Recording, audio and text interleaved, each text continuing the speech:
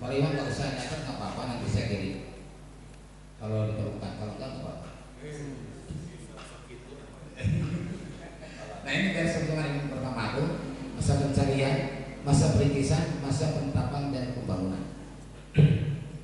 Kemudian masa pencarian, beliau seperti Nabi Ibrahim alaihissalam, ya, mencari bintang bukan, bulan bukan, matahari juga bukan, akhirnya bukan bintang, bukan bulan, bukan matahari.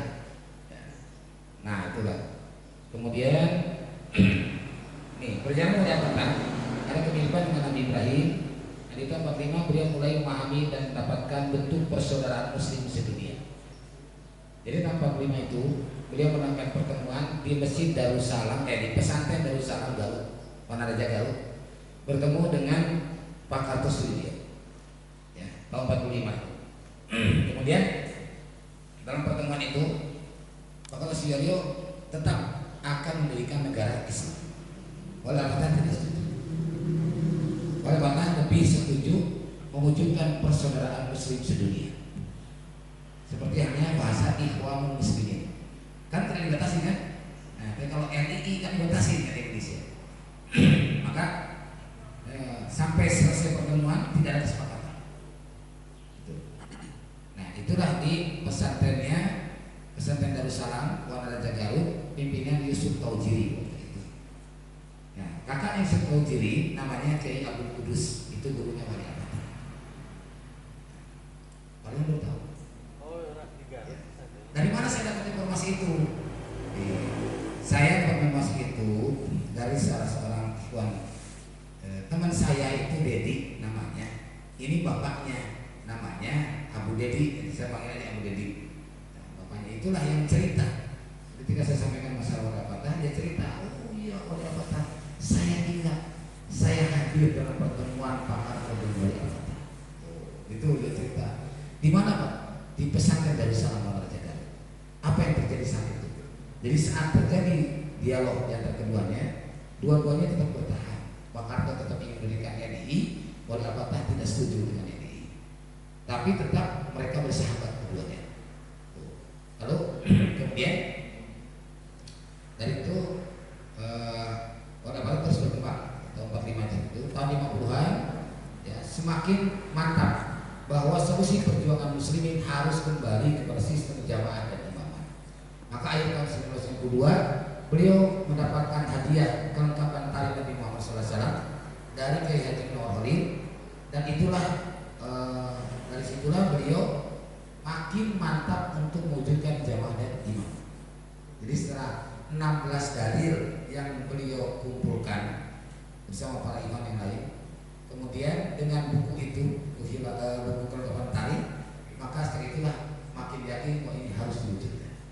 Maka bulan Januari, ya, tepatnya 23 Januari tahun 1993 atau 7 Jumadil Awal 1372 Hijriah, beliau mengundang para ulama yang menurut informasi yang saya dapat dari saya ada kurang lebih 210 ulama yang diundang, tetapi yang datang atau yang merespon hanya 9 orang. Sebagian besar menilai Wali Fatah mau kembali ke zaman Uthman. Wali Fatah mau menembak Uthman dengan pisau silet.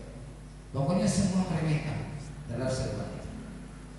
Tapi walaupun dengan sekolah itu terus berjalan bermusyawarah di Jakarta, ya, di Jalan Ciledug Timur 53. Nah ini saya sampaikan.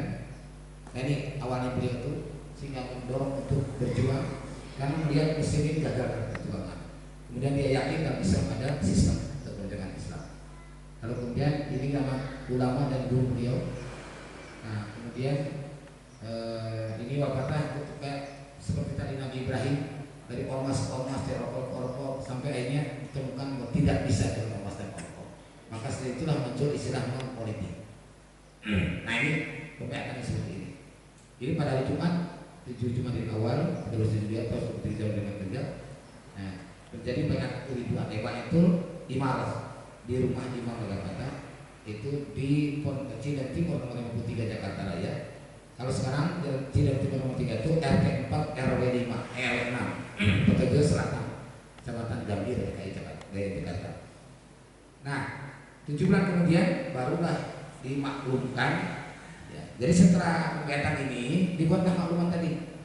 ya, buat maklumat tadi, maklumat Hizbullah ya, dengan tahun 1953.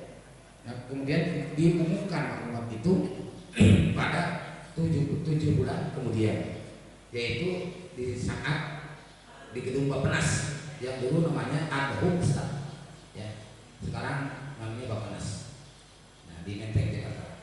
Jadi pada saat itu dihadiri oleh alim ulama dan ulama serta kaum muslimin yang diundang, di antaranya hadir anggota parlemen Nur Ibrahim dan Kiai Isa Ansori. Beberapa ikhwan termasuk ulama dan tokoh masyarakat banyak yang berbaiat. Nah, kemudian ini tahun 53, 7 bulan kemudian. Tahun 59, sidang al-wali waqti.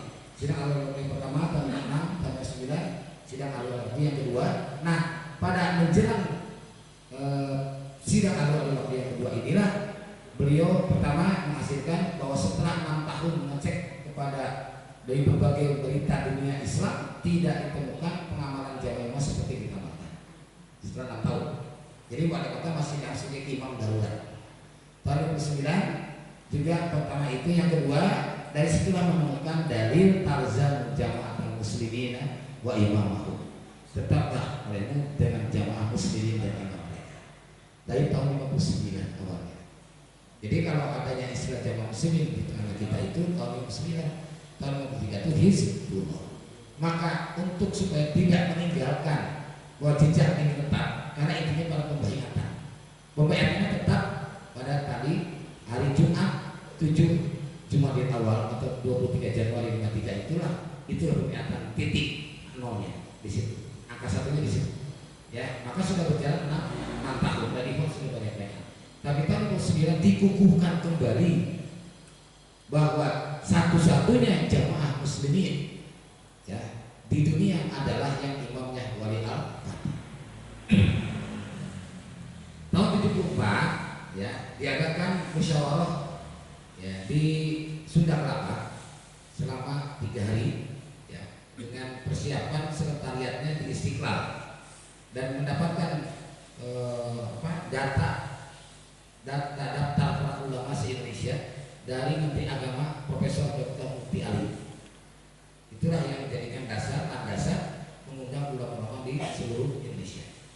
Tapi kemudian juga mengundang para dubes Islam yang ada di Jakarta. Maka hadirlah di Sunda Kelapa dari berbagai ulama dari berbagai tempat di Indonesia dan termasuk para dubes Islam juga hadir. Nah, kesimpulannya bahwa Wali Al-Fatih sempat juga menawarkan kembali kalau ada yang siap menjadi imam silakan. Sampai begitu, sampai ditegur sama imam, kenapa ini tawarkan lagi? Bukan kita sudah berjalan. Saya ini tidak mau di antara mereka yang berpikir bahwa kita habisin anak ini. Kalau yang jadi imam silakan. Tapi ternyata tidak ada. Maka diputuskan oleh ketua panitia bahwa satu-satunya imam atau satu-satunya jamaah muslimin di dunia adalah inilah Imam Wali Al-Fatih.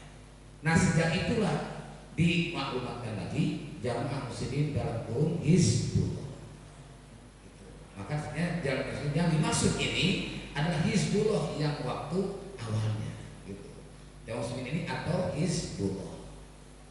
Nah, dari situ ikhwan ada yang teruji, tidak setuju.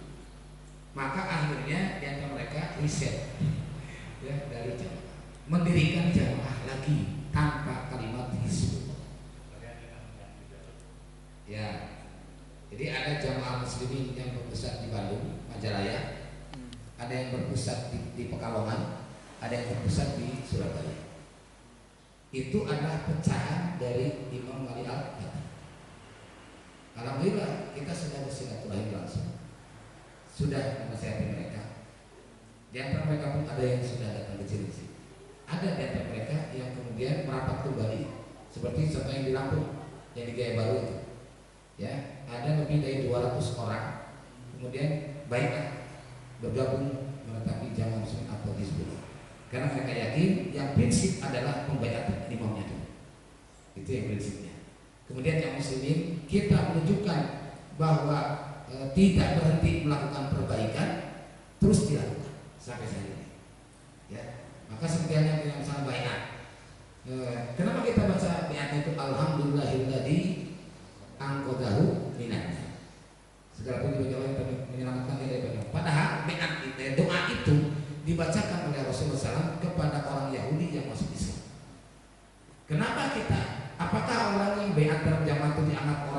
Islam, lalu kemudian masuk Islam dalam dakwah. Nah ini perlu dijelaskan. Jadi bukan itu masalahnya. Tapi karena sampai detik ini kita perlu mendapatkan dalil yang lain untuk mendoakan orang yang sudah baiat. Maka itulah yang kita pakai. Tiniman tidak ada dalil sama sekali. Paham ya?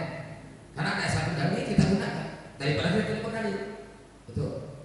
Nah, daripada tidak dalil kita berarti maka kita pakai. Kalau ada di antara para ikhwan di mana saja, dari barat sampai ke timur, gitu ya, ada yang menemukan dalil, oh ini nih baiatnya ketika Abu Bakar dibaiat oleh Umar, misalkan ya. Nah, lalu kemudian Utsman gimana dan seterusnya. Ada misalkan doanya, itu yang akan kita pakai. Tapi sampai detik ini kita belum